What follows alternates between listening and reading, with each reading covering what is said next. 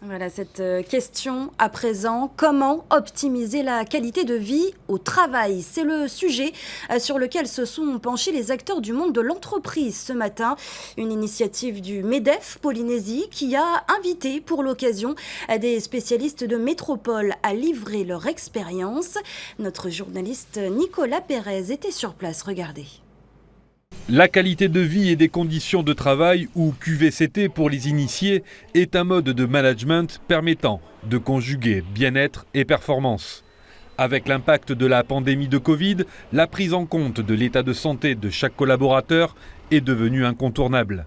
L'entreprise est aujourd'hui un lieu social où la valorisation et l'épanouissement doivent être pris en compte. Dans la qualité de vie au travail, on a le travail et les personnes que tu dis, voilà, employés, indépendamment de son statut jusqu'à la direction, il y a une chose qui est en commun, c'est le travail. On s'est retrouvés à l'intérieur parce qu'on appartient tous à la même entreprise et c'est le travail qui a fait qu'on se côtoie. À partir de là, tu peux créer des chaînes de prévention et des chaînes d'implication dans l'amélioration de la qualité de vie au travail qui n'est pas uniquement les bien-être. C'est vraiment de bien travailler, de se retrouver reconnu et d'apporter au développement de tout et chacun. Face à une assemblée principalement composée de responsables de ressources humaines, les différents intervenants ont permis d'actualiser ces méthodes de management. Des techniques modernes qui intéressent aussi des institutions telles que l'armée. Une chose est sûre, c'est que la qualité au travail, la condition du personnel, elle est inhérente au métier des armées. Donc on a également des dispositifs qui existent de concertation, d'amélioration. On a des commissions, des enquêtes de qualité de vie, pour ma part donc dans l'armée de terre, et qui permettent justement de répondre et d'améliorer tout ça. Donc finalement nous on s'inspire déjà de ce qui existe dans notre propre armée. Donc j'étais avant DRH dans un régiment des forces en métropole. Bien, je m'inspire de ce qui existe et je complète avec ce que je trouve aujourd'hui.